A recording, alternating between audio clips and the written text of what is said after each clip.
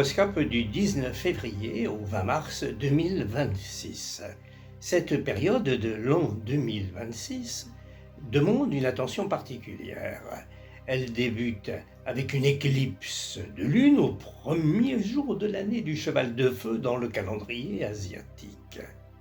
Dans le même temps, la conjonction de Saturne et de Neptune se produit sur l'axe des équinoxes. Attendons-nous à des situations paradoxales, aussi bien dans la vie publique que dans nos vies privées.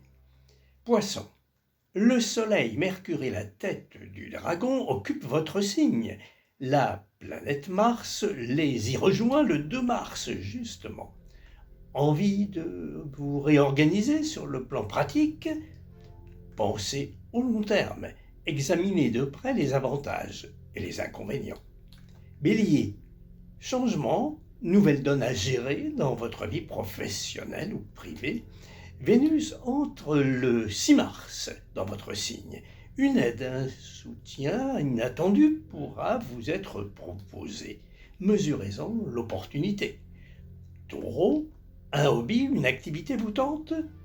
C'est une bonne façon de réagir à un contexte, à une situation que vous sentez décalée, inadaptée à vos valeurs, à quoi vous croyez. Gémeaux, décision importante à prendre. Assurez-vous d'une collaboration, d'une connivence, si possible d'un plan B. Le premier quartier de la lunaison se produit dans votre signe le 24 février. Cancer, un vœu, un projet se précise, gardez-vous toutefois de rien précipiter. Laissez le temps faire son œuvre. Soyez prêt, prête à tout bien gérer. Lion, affaires en cours, les cartes sont redistribuées. Question de cœur ou d'argent, vous vous êtes engagé, croisez les doigts et allez de l'avant.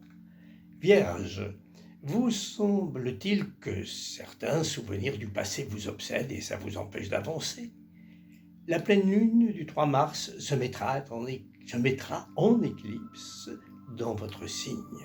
C'est un cycle psychique important, libératoire, profitez-en. Balance, nouvelle donne dans votre environnement professionnel ou familier. C'est l'occasion d'un progrès, d'une chance pour un projet dans lequel vous êtes engagé. Scorpion, évolution de la situation, nouvelle carte à jouer. Procédez par ordre, évaluez l'importance des enjeux qui sont concernés. Voyez quels droits et pouvoirs